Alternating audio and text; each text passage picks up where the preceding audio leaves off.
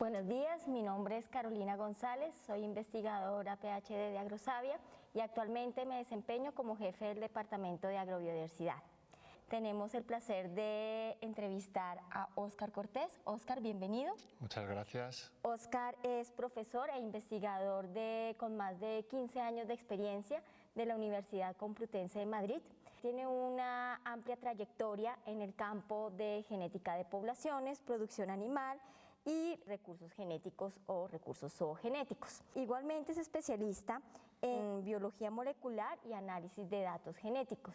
Para nosotros, de verdad, bienvenido y es un placer tenerte. El placer es mío, gracias. Bueno, Óscar, con tu experiencia me gustaría conocer cuáles pueden ser esas herramientas moleculares útiles para la caracterización y la conservación de los recursos zoogenéticos que tenemos en el país. Bueno, pues la verdad es que los que de una manera directa o indirecta estamos involucrados en la conservación de recursos genéticos o zoogenéticos, estamos viviendo ahora una etapa pues muy interesante. Hace aproximadamente 70 años se descubre que el ADN es el material hereditario y en 70 años estamos hablando de herramientas y de posibilidades que parecerían impensables hace poquito tiempo. Y todo esto porque entre otras ciencias, la genómica ha tenido un desarrollo excepcional. Ahora tenemos herramientas en donde podemos analizar con una profundidad enorme y además de una manera muy extensa lo que sería la caracterización de la diversidad genética de las poblaciones, porque cuando nos planteamos conservación de recursos genéticos nos estamos planteando que queremos conservar la variabilidad global de una población. Claro que sí. Por lo tanto, la herramienta que nosotros utilicemos para estimar esa diversidad global es fundamental. Nos podemos plantear conservar a nivel de diversidad dentro de poblaciones y también podemos hacer estudios para ver la diversidad entre poblaciones, las relaciones o las diferencias que hay entre unas razas y otras. Por lo tanto, nos permiten ser mucho más eficientes a la hora de conservar esos recursos zoogenéticos con respecto a las herramientas que tradicionalmente hemos utilizado, que no es por menospreciarlas, no es que fueran malas, pero eran las herramientas que teníamos en ese momento. Vamos avanzando despacito, pero con pasos muy rápidos, y lo excepcional de todo esto, lo interesante de todo esto es que según avanzas, se te van abriendo nuevas vías. Es como si entras en un laberinto y según vas avanzando y tú crees que llegas al final, de repente el camino se bifurca y cada camino es igual de interesante para continuar. Y entonces ese es el momento en el que nosotros estamos viviendo ahora. Qué interesante. Y digamos, dentro de todas estas herramientas moleculares, ¿cuáles consideran que son las más utilizadas a nivel de marcadores moleculares?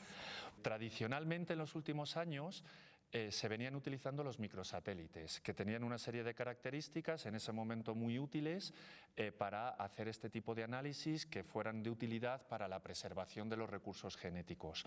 En los últimos 10-12 años ha surgido un nuevo marcador molecular, que son los polimorfismos nucleotídicos simples, los SNPs, que están desbancando a los microsatélites porque generan muchísima cantidad de información. Ahora tenemos herramientas que nos permiten analizar decenas de miles y cientos de miles de posiciones polimórficas del genoma de los individuos.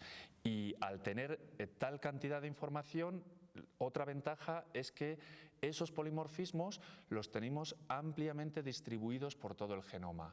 Luego, además de tener gran cantidad de información, es una información, por así decirlo, muy representativa de lo que sería el genoma de ese individuo.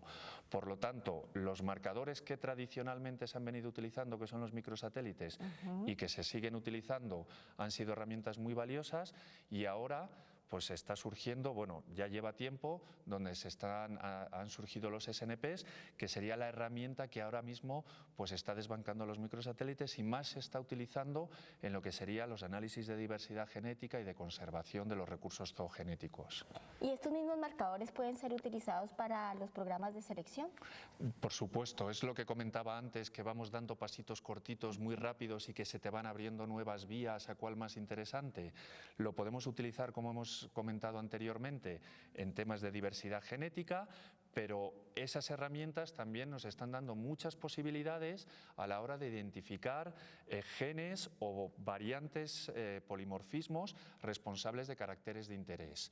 En el momento en el que yo soy capaz de identificar un polimorfismo que va asociado a un carácter productivo deseable, yo esa información la puedo introducir en el programa de mejora genética, de tal manera que tradicionalmente los programas de mejora genética te establecen pues un valor genético del animal. En función de ese valor genético tú lo seleccionas o no lo seleccionas. Ahora además tenemos nuevas herramientas que nos permiten, además de saber ese valor genético, la información que porta ese individuo para determinadas características de interés productivo. Por lo tanto, puedo combinar esas dos informaciones y seleccionar un animal en función de su valor genético y en función de los alelos o del polimorfismo que porta para determinados caracteres productivos de interés. Y eso mismo, no solo en caracteres productivos de interés, sino en enfermedades que no son deseables. Estas herramientas han permitido identificar polimorfismos, genes responsables de enfermedades que de igual manera podemos introducir en los programas de mejora genética con el objetivo de que esa información genética no deseable no pase a la siguiente generación y la frecuencia de esos alelos no deseables de generación en generación vayan disminuyendo con el tiempo. Luego, tanto a nivel de diversidad como a nivel de programas de selección, estas herramientas son muy útiles y nos están aportando mucha información muy útil. Muy interesante. ¿Y existe alguna estrategia de que a nivel mundial toda esta información se conozca para ser utilizada y ser aprovechada? Bueno, pues eso, la verdad es que es una pregunta muy interesante porque los esfuerzos que está haciendo cada uno a nivel individual en su país, en su ciudad, pues son esfuerzos que se pueden aprovechar por otros investigadores de otros países y de otras ciudades. Cuanto más se comparta la información, más rápidamente vamos a avanzar todos. Y esa información que pueden tener determinados países o centros de investigación se puede compartir. Hay ahora mismo herramientas públicas, bases de datos públicos, donde tú puedes acceder y tú puedes obtener información de esos avances que han desarrollado otros grupos de investigación. No solo como resultado final, sino incluso con la información en sí.